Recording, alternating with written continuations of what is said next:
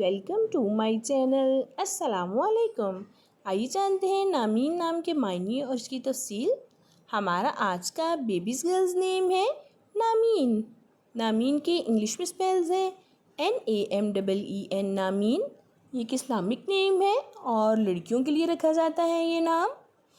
ये फ़ारसी ज़ुबान का लफ्ज़ है और इस नेम के मायने हैं शोहरत पाने वाली, नामीन।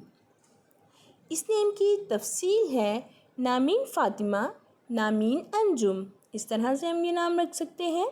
आप भी अपने नाम का मायने जानने के लिए कमेंट्स में अपना नाम लिखें और मायने जानिए। एंड अपने नाम की स्पेशल वीडियो बनवाने के लिए भी आप मेरे कमेंट बॉक्स में अपना नाम कमेंट कर सकते हैं। And please like the video, subscribe my channel. Okay dears, फिर मिलेंगे न्यू नेम न्यू वीडियो के साथ। अपना ख्याल रखिएगा, दुआओं में याद रखिएगा। अल्लाह हाफिज़।